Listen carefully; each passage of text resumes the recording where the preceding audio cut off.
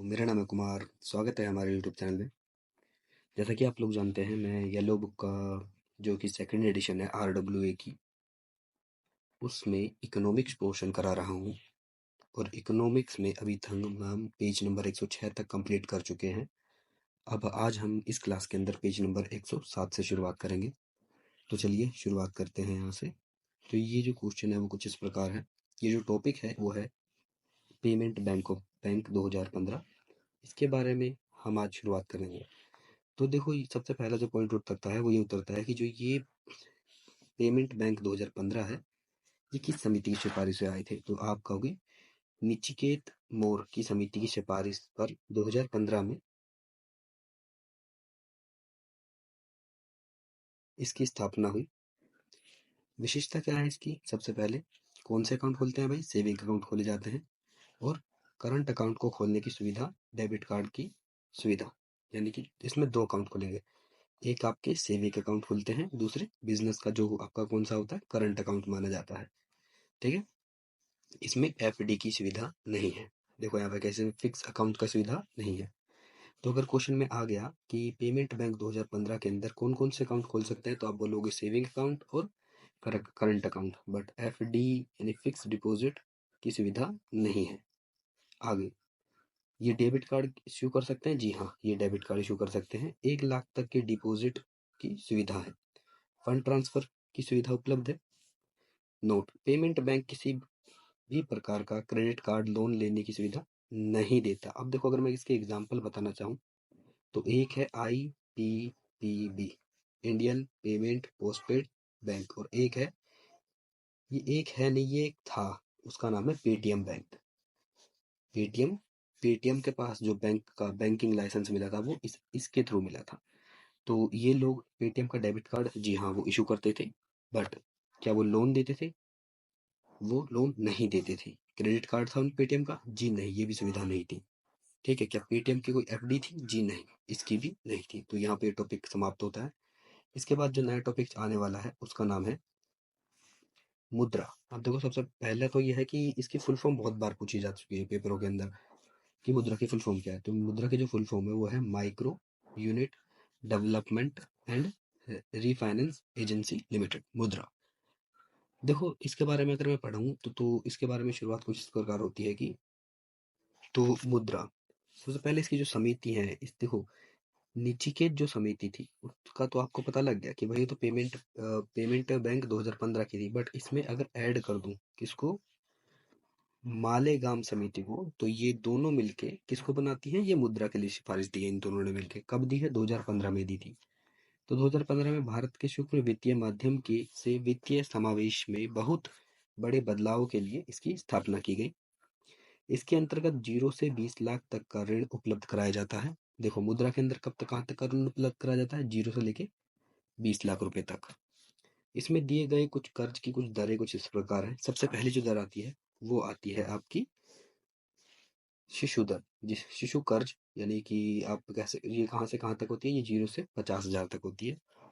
फिर आती है किशोर कर्ज दर, वो है आपकी 50 से लेके 5 लाख के बीच में अगर आप लोन लेते हो तो किशोर कर्ज कहलाएगा। फिर तरुण कर्ज आता है जो कि 5 लाख से लेके 10 लाख के बीच में लिया जाएगा। और लास्ट में तरुण प्लस कर्ज जो कि 10 लाख से 20 लाख के बीच में लिया जाएगा। बजट 2025 के दौरान प्रधानमंत्री मुद्रा योजना के तहत ऋण की अधिकतम सीमा 10 लाख से बढ़ाकर 20 लाख कर दी गई, और यह नई सीमा 24 अक्टूबर 2024 से प्रभावी हुई। तो होप सो कोई चीज समझ में आ गई होंगी। बाकी इसमें जो इम्पोर्टेंट है जानने का वो क्या है, मुद्रा के अंदर इम्पोर्टेंट ये है कि इसकी फुल फॉर्म क्या है, कि समिति ने ये शुरुआत की थी, और इसकी जो ये दरें हैं 4 प्रकार की, ये कहाँ से कहाँ तक है। अब एक अन्य बिंदु आता है जिसमें आपका सिडबी और सिडबी 1990। अब देखो, सिडबी की जो फुल फॉर्म है वो small industrial development bank of India है। कब शुरुआत हुई थी जी? 1990 में शुरुआत हुई थी। भारत में सूक्ष्म उद्योग गतिविधियों को ऋण देने के लिए वित्तीय संस्था की स्थापना कब हुई है? 1990 में हुई है। अब यहाँ पे देखो, सिडबी और मुद्रा के बीच में छोटा सा कंपैरिजन किया गया है। सबसे पहले सिडबी पढ़ते हैं कि सिडबी किस प्रकार से कंपैरिजन हुआ है। तो यह संगठित क्षेत्र की गतिविधियों को ऋण देता है। अब देखो, मैंने पहले बता दिया कि दो क्षेत्र होते हैं, एक संगठित होता है, एक असंगठित होता है। संगठित वो होते हैं जिनको 60 साल की उम्र के बाद पेंशन मिलती है, पीएफ मिलता है, जिनको प्रॉपर सैलरी मिलती है हर महीने, और रेगुलर होते हैं, ये रेगुलर होते हैं। बट वहीं असंगठित कौन होते हैं? जिनको पीएफ नहीं मिलता, रेगुलर नहीं होते, जब काम पड़ता है, जब जरूरत होती है, सैलरी नहीं मिलती, इनके बदले इन्हें मजदूरी मिलती है। मजदूरी जिसको वेजिस कहते हैं, ये मिलती है। ठीक है, इसका एक एग्जांपल जितने भी कॉर्पोरेट हाउसेस के अंदर करने वाले एम्प्लॉय, इसका एग्जांपल अपने नॉर्मली फेरी पटरी वाले लोग या फिर जो नॉर्मली दिहाड़ी पे काम कर रहे होते हैं। तो चलिए इसे पढ़ते हैं। सिडबी, यह संगठित क्षेत्र की गतिविधियों को ऋण दे उपलब्ध कराता है। वही मुद्रा, यह असंगठित क्षेत्र की गतिविधियों को क्या ऋण उपलब्ध कराता है। यह 10 लाख से ज्यादा ऋण का उपलब्ध कराता है, और वही मुद्रा भी आपके 10 लाख से ज्यादा ऋण उपलब्ध 10 लाख रुपए से ज्यादा का ऋण उपलब्ध कराता है। मुद्रा की लिमिट है 10 से लेके 20 लाख के बीच की, जो कि कौन सी दर कहलाई थी आपकी? वो दर कहलाई थी आपकी कौन सी? तरुण प्लस कर्ज दर। कौन सी दर कहलाई थी? तरुण प्लस कर्ज दर। यही इसकी मैक्सिमम लिमिट थी, किसकी? मुद्रा की। अब थोड़ा सा आगे बढ़ते हैं कि यह औद्योगिक उत्पादन बढ़ाने की दृष्टि से सहयोग करता है, और यह लोगों को वित्तीय रूप से आत्मनिर्भर बनाने की दृष्टि से सहयोग करता है। होप सो आपको ये चीज समझ में आ गई होंगी। अब हम आगे जा रहे हैं। अगला जो पॉइंट है वो उसका नाम है डिजिटल बैंक। अगला बिंदु का नाम है डिजिटल बैंक। चलिए डिजिटल बैंक क्या होता है इसके बारे में देखते हैं। तो डिजिटल बैंक वर्ष 2016 में भारत में वित्तीय समावेश के लिए भारत में डिजिटल बैंक स्थापित कराने का प्रयास किया गया। ठीक है, और यह बैंक भौतिक रूप से कहीं नहीं होते। पॉइंट नंबर 1, क्या ये भौतिक फिजिकल रूप से उपलब्ध होते हैं? जी नहीं होते। ऑनलाइन खाते खोले जाते हैं और ऑनलाइन ही जमा किए जाते हैं। 7% की ब्याज दर प्राप्त होती है इन्हें। न्यूनतम बैलेंस की कोई बाध्यता नहीं, यानी आपने इसके अंदर अकाउंट खुला दिया तो आपका न्यूनतम अगर 0 रुपया भी है तो भी अकाउंट वर्किंग रहेगा। ठीक है, अब एनपीए। ठीक है, एनपीए की फुल फॉर्म होती है नॉन परफॉर्मिंग एसेट। ये बहुत इंपॉर्टेंट है। एनपीए क्या होती है? Non performing asset. भारत में बैंकों द्वारा दिया गया ऋण लोन जिस पर ब्याज और मूलधन अदायगी 90 दिनों के अंदर नहीं हो पाती, उन्हें क्या उनको एनपीए कहलाते हैं। यानी कि देखो, मैं अगर बैंक हूँ, मैंने आपको लोन दिया, सपोज करो 5 लाख रुपए का, और आपने मेरे को 90 दिन के अंदर अंदर ना तो इंटरेस्ट दिया, ना किसी प्रकार का मेरे को 5 लाख रुपए का कुछ पैसा वापस दिया, कि आपने बोला कि 1 साल के अंदर दे देंगे, तो 3-3 महीने की किस्त बना दी गई। तो 90 दिन के अंदर अगर आप मुझे इंटरेस्ट भी नहीं दे दे तो मैं आपको क्या डिक्लेयर कर दूंगा मैं, कि आप लोग क्या हो? मेरे एनपीए हो, नॉन परफॉर्मिंग एसेट हो। एनपीए की अवधारणा भारत में नरसिम्हन समिति के द्वारा 1993 में लाई गई। ये इंपॉर्टेंट है। एनपीए की अवधारणा कौन लाई? नरसिम्हम समिति। कब? 1993 में। एनपीए कब डिक्लेयर किया जाएगा? जब आप इंटरेस्ट या फिर प्रिंसिपल अकाउंट का पैसा 90 दिन के अंदर नहीं देते हो। अब अगले बिंदु पे चलते हैं। अब देखो, नया जो टॉपिक है उसका नाम है टैक्स। नया टॉपिक का नाम क्या है? टैक्सेशन, यानी कि कर प्रणाली है हमारी। अब इस पे थोड़ा ध्यान देते हैं। टैक्स, टैक्स का मतलब क्या होता है? ये एक अनिवार्य भुगतान या शुल्क होता है जो स्थानीय या आपकी इस डिस्ट्रिक्ट लेवल या स्टेट लेवल, ठीक है, या नेशनल, राष्ट्रीय सरकारों द्वारा सामान्य सरकारी सेवाएं, वस्तुओं और आर्थिक गतिविधियों की लागत को कवर करने के लिए व्यक्तियों या व्यवसायों से वसूल किया जाता है। संप्रभुता के अंतर्गत आता है। पॉइंट नंबर 1 सिंपल सा बात है। ये क्या है? ये एक अनिवार्य भुगतान है जो कि सरकारों द्वारा अपने नागरिकों से वसूला जाता है। किसके बदले? अपनी थोड़ी बहुत छोटी मोटी सर्विसेज के बदले। फॉर एग्जाम्पल, आप पैसा कमा रहे हो, इनकम कमाते हो, सपोज करो आप 10 लाख रुपए कमाते हो, तो गवर्नमेंट आपसे एक कर वसूलेगी, यानी कि टैक्स लेगी, कि आप हमारे देश के अंदर ही तो कमा रहे हो, तो आप कुछ इस पैसे का हिस्सा हमें दो, जिससे हम समाज का कल्याण कर सके। आप हाईवे यूज कर रहे हो कोई, ठीक है, तो गवर्नमेंट इसके ऊपर टोल के नाम से, टोल प्लाजा के नाम से, मतलब टोल पे टैक्स लेगी आपसे, जिससे कि फ्यूचर में गवर्नमेंट और नए नए हाईवे बनवा सके उस टैक्स से। तो यही कर है। अब आता है ड्यूटी। क्या होती है जी?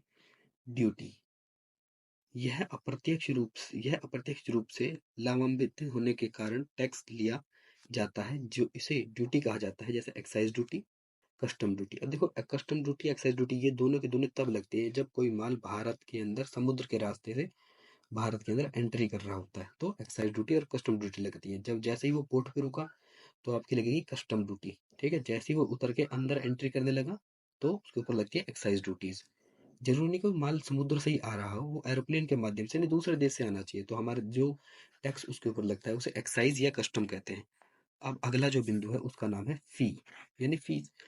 जब जब कोई सेवा देकर रिटर्न लिया जाता है तो उसे फी कहा जाता है, जैसे रेलवे टिकट, बिजली का बिल, पानी का बिल, ये फीस है। अब देखो टैक्स को यहाँ पे दो भागों में क्लासिफिकेशन हुआ है टैक्स का। सबसे पहले है जनरल, दूसरा है स्पेशल क्लासिफिकेशन। जनरल के अंदर दो प्रकार के, एक डायरेक्ट टैक्स है और एक कौन सा है आपका, एक इनडायरेक्ट टैक्स है। एक इनडायरेक्ट टैक्स है।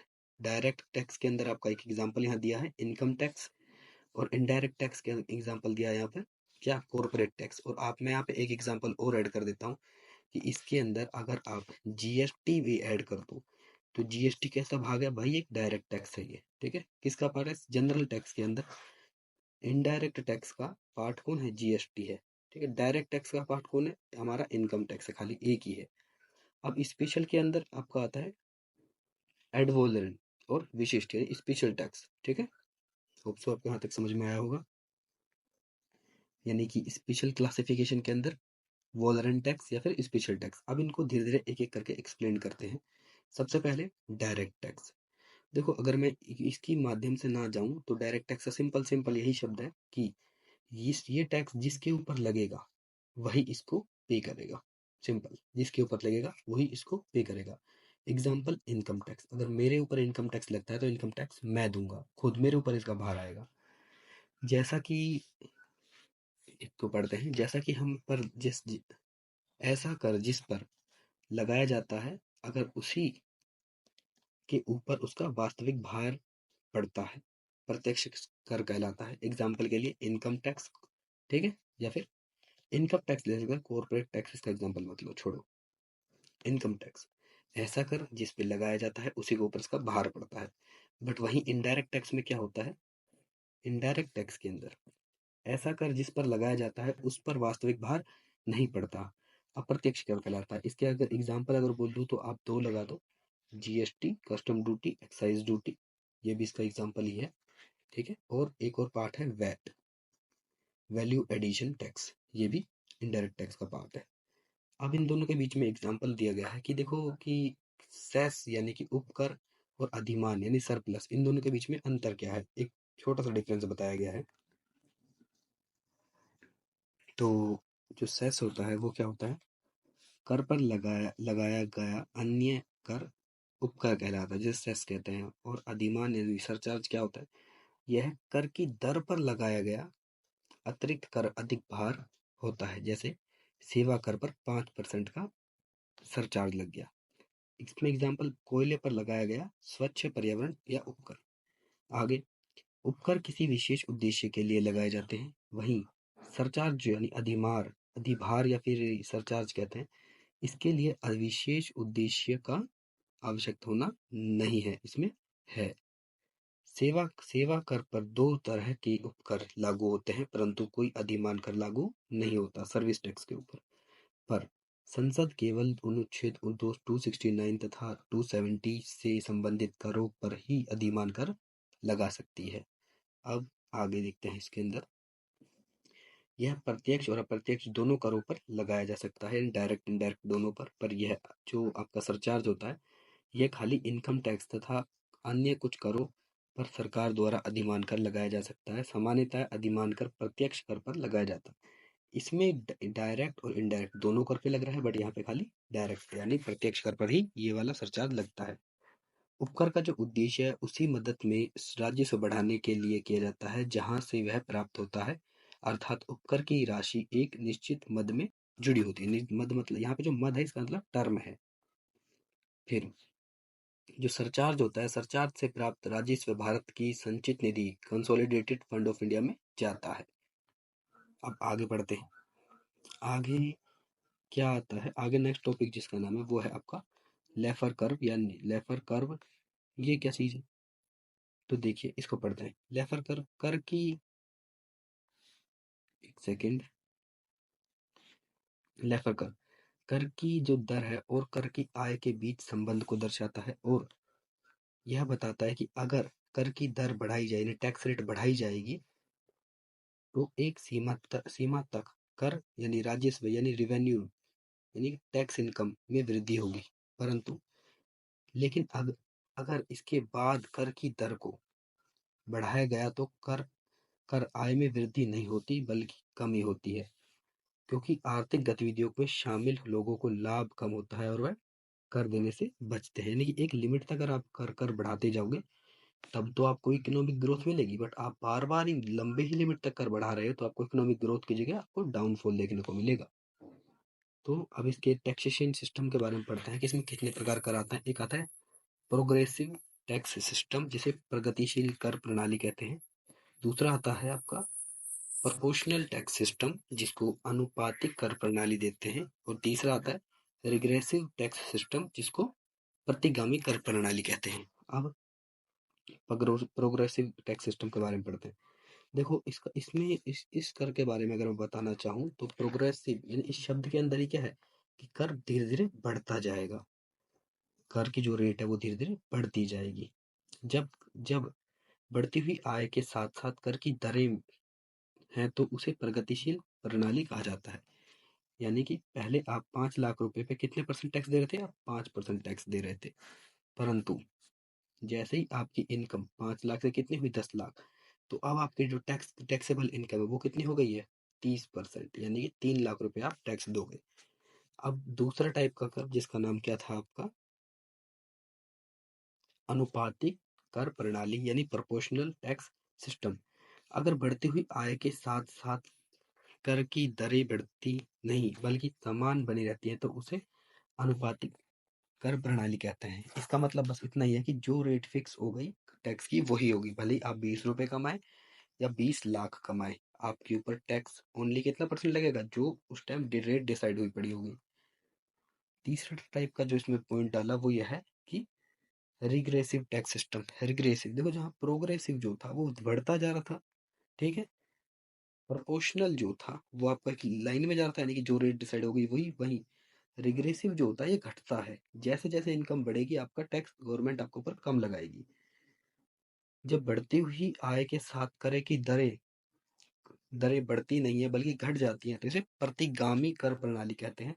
वर्तमान में अर्थशास्त्री द्वारा इस कर की मांग की जा रही है, क्योंकि इससे कर का वंचना और कर अपवंचना को रोका जा सकता है, यानी टैक्स चोरी, और सरकार की आय में वृद्धि होती है। अब देखो, जैसे मुझे पता है कि अगर मैं 10 लाख रुपए कमाऊंगा तो मेरे को 10% टैक्स देना है, और अगर मैं 20 लाख रुपए कमाऊंगा तो गवर्नमेंट खाली कितना परसेंट टैक्स लेगी? 10। तो मैं और मेहनत करूंगा कि मेरे को टैक्स कम देना पड़े। तो ये वाले जो टैक्स सिस्टम है ये डेवलप्ड कंट्री में ज्यादा अच्छे तरीके से कार्य करते हैं, ठीक है। बट वही ये भी आपका ये वाला जो टैक्स सिस्टम है ये आपको जनरली कहाँ देखने को मिला? यूएई जैसे देशों में जनरली देखने को मिलता है कि वहां आप जितना कमाओ आपके ऊपर फिक्स टैक्स रेट डिसाइड रहती है। और वही प्रोग्रेसिव जो कर सिस्टम होता है, यानी कि ये वाला कर प्रोग्रेसिव यानी कि प्रगतिशील कर प्रणाली, ये वाली जनरली किस में देखने को मिलेगी? ये आपके हमारे प्यारे भारत में देखने को मिलती है, ठीक है। जैसे जैसे आपका पैसा बढ़ता है वैसे वैसे गवर्नमेंट टैक्स लगाती है, ठीक है। अब हम अगले बिंदु पे चलते हैं। अगला जो बिंदु है वो कुछ इस प्रकार है कि डिग्रेसिव या टैक्स सिस्टम या अवकरण प्रणाली क्या है? प्रगतिशील और अनुपातिक कर को अगर मैं जोड़ दूं तो अवकरण प्रणाली मिलती है। अगर किसी कर प्रणाली में दोनों विशेषताएं शामिल हो जाएं तो अवकरण प्रणाली प्रणाली कहा जाता है, जिसे डिग्रेसिव टैक्स सिस्टम कहते हैं। भारत में इनकम टैक्स क्या है? डिग्रेसिव टैक्स सिस्टम में आता है, क्योंकि 0 से 10 लाख तक प्रगतिशील कर और 10 लाख से ऊपर अप्रगतिशील। सिंपल सी बात है, 0 से लेकर 10 लाख तक आपके ऊपर 3% का टैक्स लगेगा, ये मान लेते हैं। पर जैसे ही आपने 10 लाख से ज्यादा कमाने लगे तो आपके ऊपर 12% टैक्स, फिर 20 लाख तो 15% टैक्स, तो ऐसे टैक्स बढ़ता जाएगा। पर 0 से लेकर 10 लाख तक टैक्स फिक्स है आपका, ठीक है। अब यहाँ पे कुछ भारत में कुछ व्यक्तिगत आय की दरें दे रखी हैं। देखो ये समय के अनुसार चेंज होती जाती है, आज ये है बट कल को गवर्नमेंट कोई रूल डालकर इन्हें चेंज कर सकती है। तो ये करंट का टॉपिक है, इसको आप गूगल कर सकते हो, अदरवाइज हमारे कमेंट सेक्शन में आप हमसे क्वेश्चन पूछ सकते हो, मैं खुद डाल दूंगा। 0 से लेकर 3 लाख तक 0% टैक्स, 3 से 6 लाख कमाओगे 5% टैक्स, 6 से 9 10%, 9 से 12 15%, 12 से 15 20%, और 15 से अधिक तो आपको 30% टैक्स देना पड़ेगा। ठीक है, यानी कि देखो यहाँ से लेकर यहाँ तक तो आपका जो टैक्स था वो बढ़ रहा था। ठीक है, और जैसे ही आप 30% के स्लैब में आपका एक टैक्स कांस्टेंट हो गया, यानी कांस्टेंट हो गया कि आप 30 लाख से 15 लाख से ऊपर कितना भी कमाओ, आपके ऊपर 15 10 30% की रेट लगेगी। अब यहाँ पे एक वर्गीकरण यानी क्लासिफिकेशन बताया गया है कि डायरेक्ट टैक्स और इनडायरेक्ट टैक्स के बीच में। देखो डायरेक्ट टैक्स इनकम टैक्स का एक पार्ट है, डायरेक्ट टैक्स का, जी हाँ। Interest rate, indirect interest rate, फिर corporate gift tax, expenditure tax, state duty, wealth tax, banking cash transaction tax, capital gain tax, securities transaction tax and dividend, CTT, commercial transaction tax और distribution tax. देखो अगर मैं आपको ये बोलूँ याद क्या क्या करना है, तो आप सबसे पहले याद रखोगे इनकम टैक्स, दूसरा याद रखना कॉर्पोरेट टैक्स, और तीसरा इंटरेस्ट टैक्स। ये किसका पार्ट होता है? ये डायरेक्ट टैक्स का पार्ट होता है।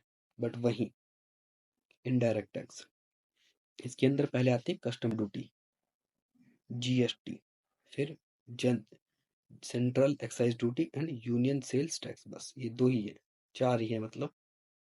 फिर नेक्स्ट बिंदु, राज्य सरकार द्वारा आरोपित प्रत्यक्ष कर, जैसे भू राजस्व कर, कृषि आय पर कर, होटल पर प्राप्तियों पर कर, व्यवसाय कर, फिर अचल संपत्तियों पर कर, रोजगार का कर, और पथ, यानी ये देखो रोड टैक्स, ये पथ कर का मतलब क्या है?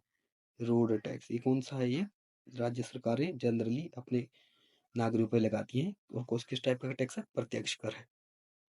ठीक है, अब राज्य सरकार द्वारा कुछ इनडायरेक्ट टैक्स भी होते हैं, जी हाँ। अप्रत्यक्ष कर, सबसे पहला जो अप्रत्यक्ष कर आता है वो है सेल्स टैक्स, फिर प्रवेश टैक्स, जो जो जनरली हम चुंगी कर कहते हैं जिसे। फिर इसके अंदर जो पार्ट आता है वो है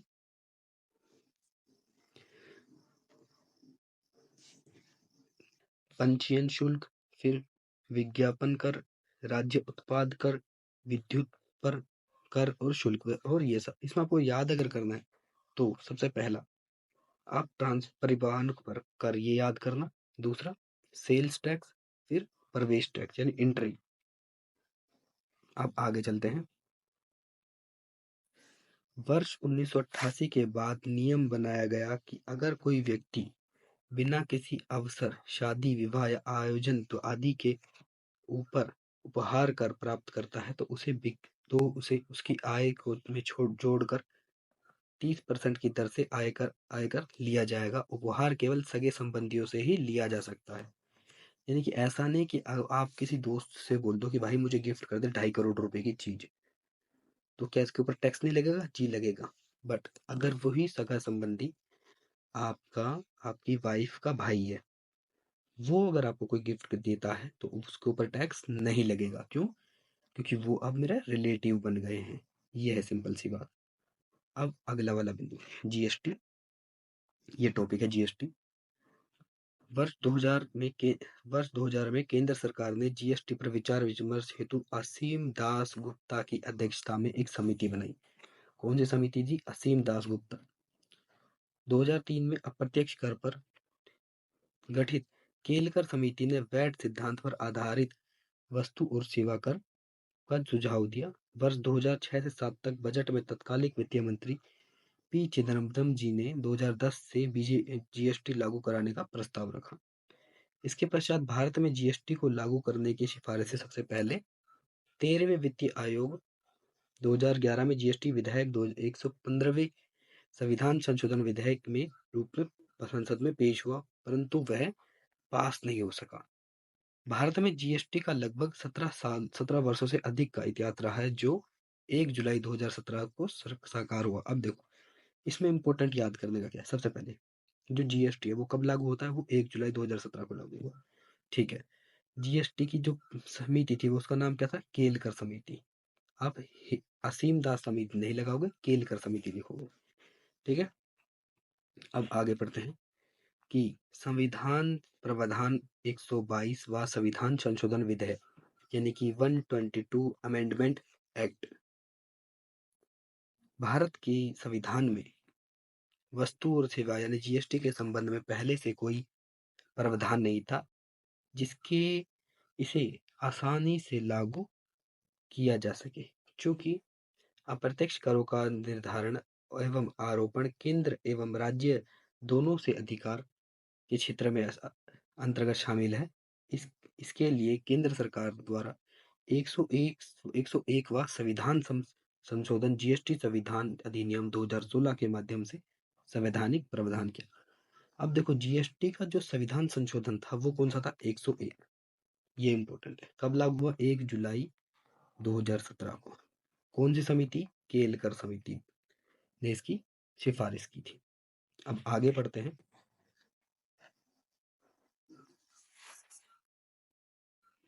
वस्तु एवं सेवाओं पर लगने वाले एक समान कर की व्यवस्था को जीएसटी कहा जाता है। इसमें 17 करों को शामिल करके एक कर के रूप में लाया गया और पहली बार आर्थिक एकीकरण के प्रयास को संभव बनाया गया, क्योंकि भारत के संविधान में कर लगाने की जो शक्तियां हैं वो केंद्र और राज्यों के बीच बटी हुई। अब यहाँ से एक बिंदु आ जाता है कि केंद्र और राज्य, यानी कि अगर मैं आपको लिस्ट बताऊं कि कौन सी लिस्ट में आएंगे, ये भारत के संविधान के अंदर कनकरेंट लिस्ट का टॉपिक है टैक्स, जिसमें एजुकेशन भी उसका एक टॉपिक है। अब आगे पढ़ते हैं। क्योंकि भारत के संविधान में कर लगाने की शक्तियां जो हैं केंद्र व राज्यों के बीच बटी हुई हैं, संघात्मक रूप को दर्शाती है, लेकिन जीएसटी के माध्यम से इसे एकात्मक रूप व्यवस्था वाला बना दिया गया। जीएसटी केवल रूप के एकात्मक, लेकिन इसका लाभ संघात्मक है। भारत में 1 जुलाई 2017 लागू हुआ। भारत में जीएसटी का मॉडल जो है वो कनाडा के उपभोग वैट मॉडल पर आधारित है। भारत में 1 जुलाई जीएसटी को दिवस माना जाता है। 1 जुलाई कौन सा जीएसटी? जीएसटी दिवस। देखो जीएसटी के बारे में आपको मोटा मोटा क्या पता लग गया है। सबसे पहला 1 जुलाई 2017 से लागू हुआ।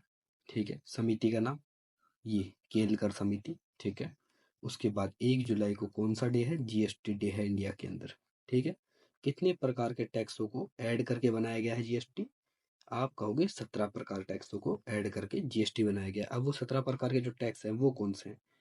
वो हैं कुछ, यहाँ पे सारे तो नहीं है बट कुछ हैं।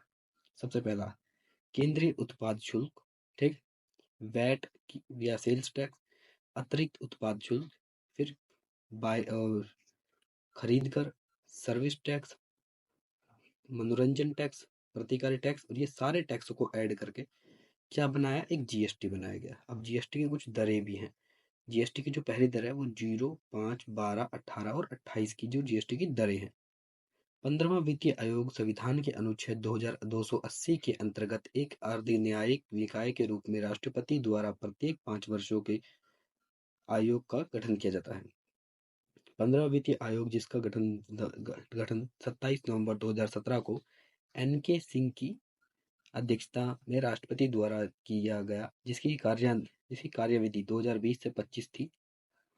वर्तमान में 16वां वित्तीय आयोग 31 दिसंबर 2023 को अरविंद पनगड़िया की अध्यक्षता में राष्ट्रपति द्वारा गठित किया गया, जिसका कार्यकाल 2026 से 2030 तक चलेगा।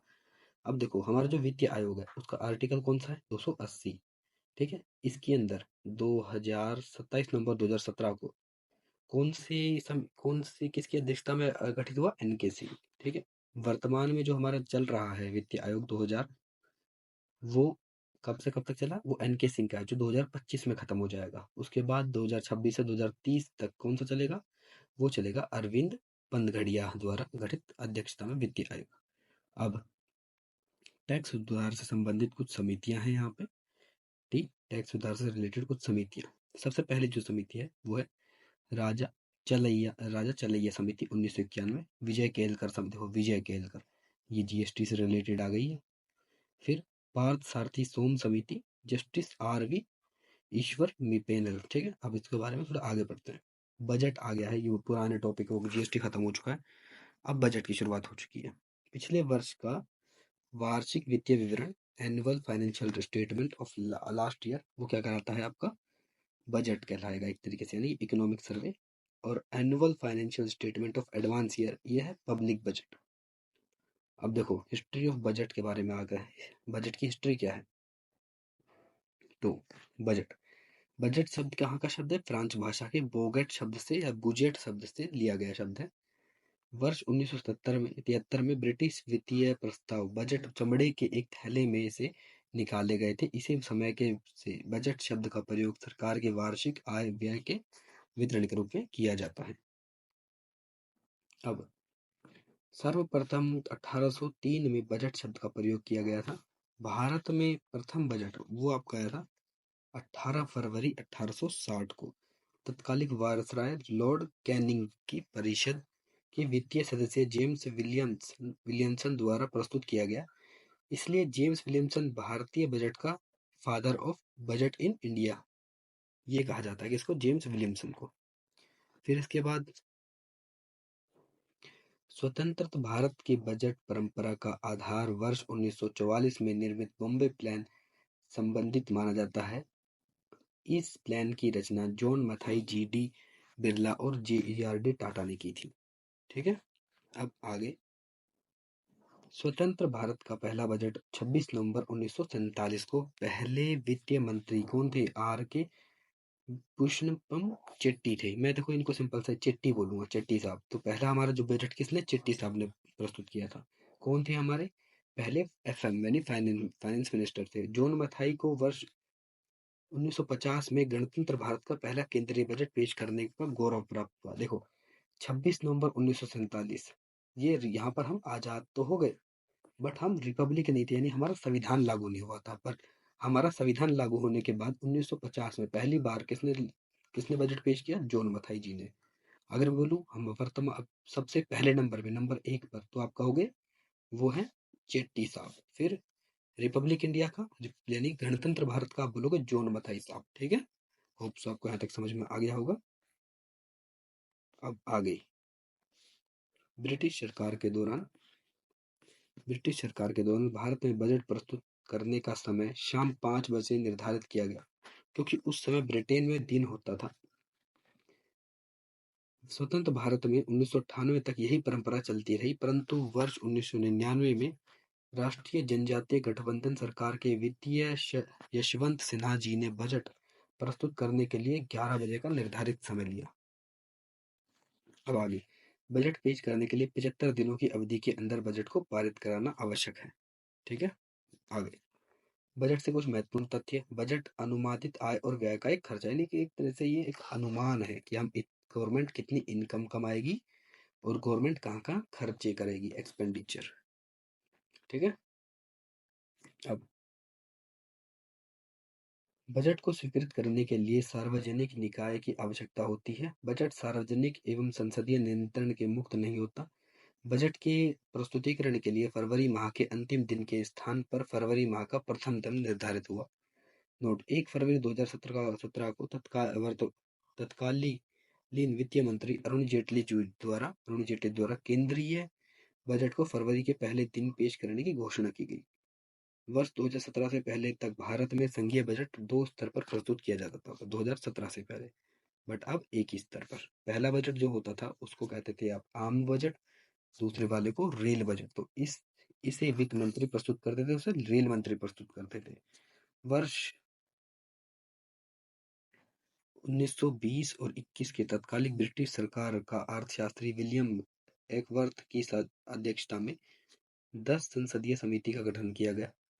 इस समिति की अनुशंसा के आधार पर 1924 में भारत में रेल बजट का सामान्य बजट से अलग कर दिया गया, परंतु रेलवे और रेल सरकार के मध्य वित्तीय संबंधों का नियमन रेलवे कन्वेंशन कमेटी संप्रतियों पर आधारित होता है। पृथक रेल बजट का समापन, ये टॉपिक है। वर्ष 2017-18 से रेल बजट का बजट आम बजट के साथ प्रस्तुत करने का निर्णय लिया गया। इसलिए अब पृथक रेल बजट पेश करने की प्रमाण जो थी आशंका थी वो समाप्त कर ली गई। ठीक है। फिर वार्षिक वित्तीय विवरण बजट। बजट का उल्लेख भारतीय संविधान के अनुच्छेद 112 में किया गया है। 112 के अंदर क्या है? बजट है। वार्षिक वित्तीय विवरण, एनुअल फाइनेंशियल रिपोर्ट। इसके अनुसार सरकार के पास अन्य खर्चों के अलग राजस्व खर्च का वार्षिक वित्तीय विवरण होता है। वार्षिक वित्तीय विवरण के आय और व्यय के वित्तीय रिकॉर्ड होते हैं, जिसमें 3 प्रकार के आंकड़े होते हैं। पहले वर्तमान वित्त वर्ष, पूर्व वित्त वर्ष और आगामी वित्त वर्ष। ठीक है। भारत के संविधान में बजट शब्द का उल्लेख नहीं है। भारत के अंदर क्या है? भारत के अंदर है एनुअल फाइनेंशियल रिपोर्ट, यानी वार्षिक वित्तीय विवरण। अब यहाँ पे यहाँ कुछ पैसे की बात हो रही है। रिसिप्ट कहाँ कहाँ से सरकार के पास पैसे आता है? तो सरकार के पास 2 टाइप से पैसा आएगा। एक क्या आता है? रिवेन्यू रिसिप्ट, एक आता है कैपिटल रिसिप्ट। रिवेन्यू रिसिप्ट सरकार की व्यय प्राप्तियां जिनमें ना तो देयता सृजित होती है और ना ही परिसंपत्तियां कम होती है। रिवेन्यू रिसिप्ट इनसे ना तो आपकी कोई एसेट बनेगी, ना ही आपके ऊपर किसी टाइप का लाइबिलिटी आएगी। तो इस टाइप की देयता को रिवेन्यू रिसिप्ट कहते हैं। जैसे कि टैक्स, फीस, ये किसके पार्ट है? ये रिवेन्यू रिसिप्ट के पार्ट है। पूंजीगत रिसिप्ट सरकार की वह प्राप्तियां जिनसे देयता सृजित होती है, परिसंपत्तियां कम होती है, यानी कि इनसे क्या है, आपकी असेट्स जो होंगी वो कम हो जाती हैं और लायबिलिटी बढ़ जाती है। जैसे कि लॉन्ग टर्म लोन लेना। ठीक है। लोन, पैसा तो आ रहा है तो रिवेन्यू रिसिप्ट कहलाई, बट पैसा आया तो साथ में एक लायबिलिटी बन गई जिसका नाम लोन था, और वही आपकी एसेट कम हो जाती है।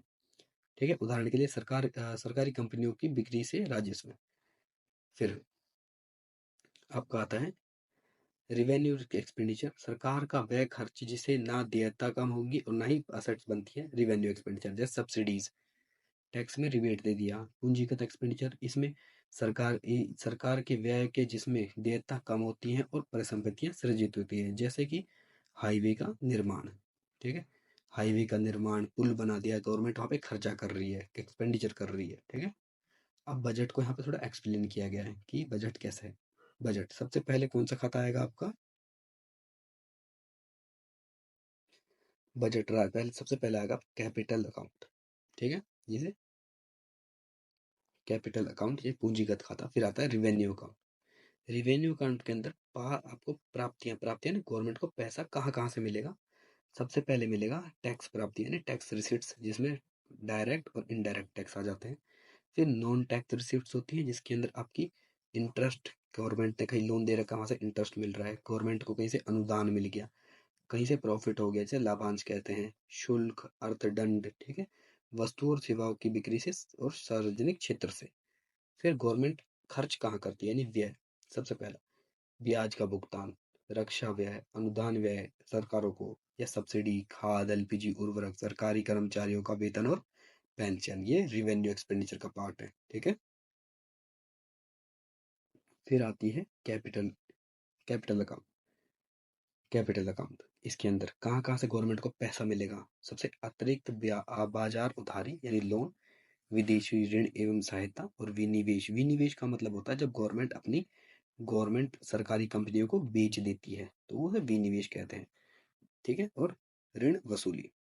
फिर आता है कहाँ कहाँ गवर्नमेंट खर्च करती है। भाई ऋण को चुकाना, जो आप यहाँ पे ऋण उधार लिया है उसको चुकाओगे नहीं क्या? फिर ऋण देना। ठीक है। परिसंपत्तियों का निर्माण, यानी कि परिसंपत्तियों का निर्माण, क्या पुल बना दिया, कोई हाईवे बना दिया, कोई एयरपोर्ट बना दिया, तो वो परिसंपत्तियों का निर्माण है। और निवेश, किसी और देश के अंदर निवेश कर दिया। अब यहाँ पे जो अन्य बिंदु है वो ये है कि विनियोग विधेयक। इस विधेयक सरकार द्वारा अपने खर्च के लिए लोकसभा से अनुमति लेती है, और उल्लेख संविधान के अनुच्छेद 114 और अनुच्छेद 266 में किया गया है। इसमें सभी मंत्रियों को मांगों को शामिल कर इन मांगों के बारे में लोकसभा में चर्चा की जाती है, और जब मांगे मान ली जाती हैं तो उसे अनुदान कहा जाता है।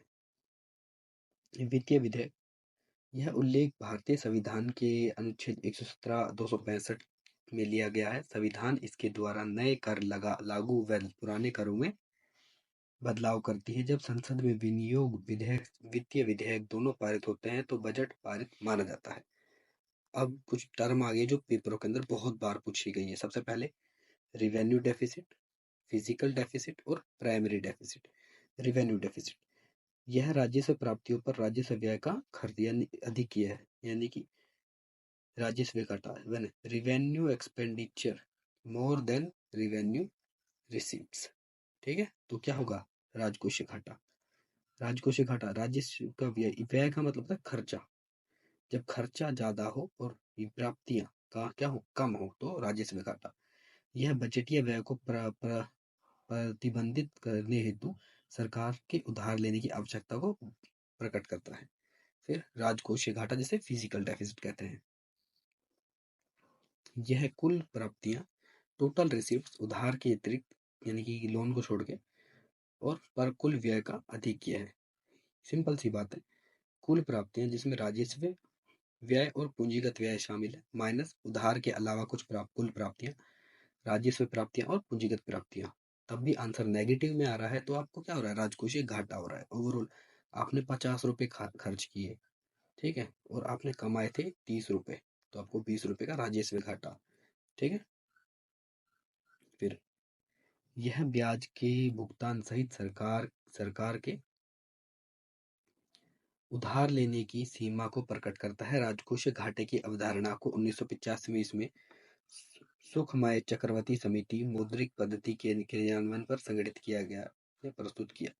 अब आता है आपका प्राइमरी डेफिसिट। प्राइमरी डेफिसिट क्या है, यह राजकोषीय घाटे और ब्याज के अनुमान या भुगतान के बीच का अंतर है। यानी प्राइमरी डेफिसिट यानी राजकोषीय घाटा, यानी इसका, और अगर मैं माइनस कर दूं कि आपका ब्याज यानी इंटरेस्ट, तो आपको कहलाता है प्राइमरी डेफिसिट।